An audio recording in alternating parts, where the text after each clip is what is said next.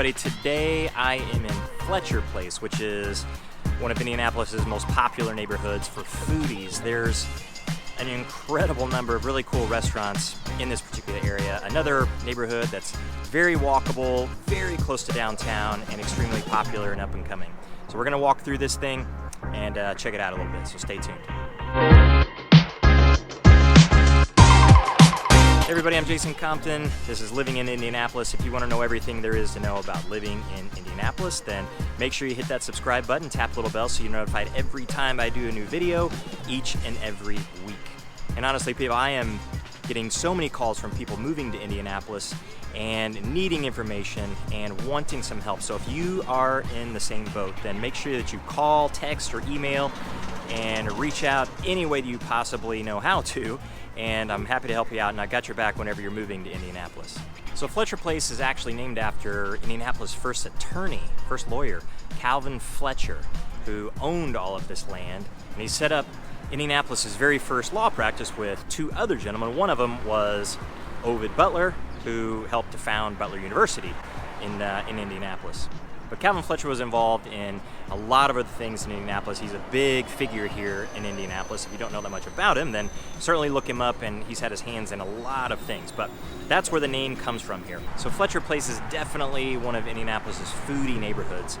You've got some really unique restaurants in this area, and it's definitely has some of my favorites and my wife's favorites too. So there's places like Milktooth, which is a phenomenal breakfast place, extremely unique.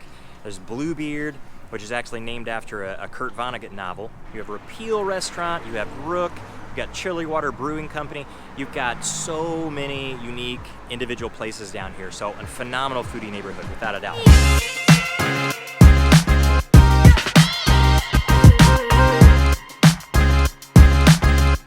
Another unique place is Tapper's Arcade Bar, which is a bar. You can go in there and get any kind of drink you want, essentially. And then it's filled with old, super old school arcade games. So you can play arcade games while you're in there. Pretty neat place.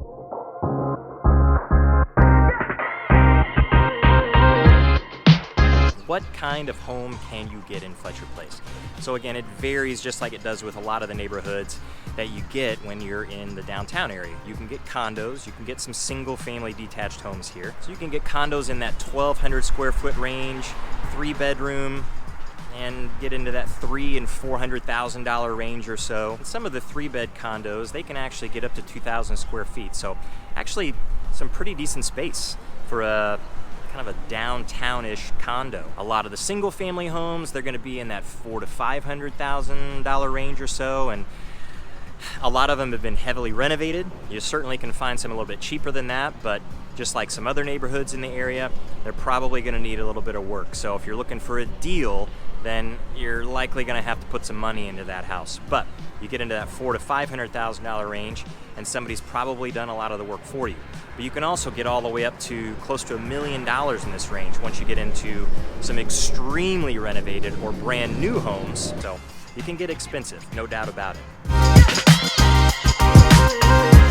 And a lot of that price is going to depend on its location within Fletcher Place. So the ones that have the best views of downtown, because Fletcher Place is roughly a mile or so from downtown Indianapolis. So it's easily walkable, easily bikeable, and to drive there obviously is extremely easy. So if you have great views of downtown, you can expect to pay a whole lot more money for that.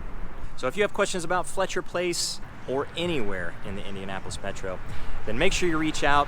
I can help you out and answer any of the questions that you got. And until next time, I'll see you in the next video.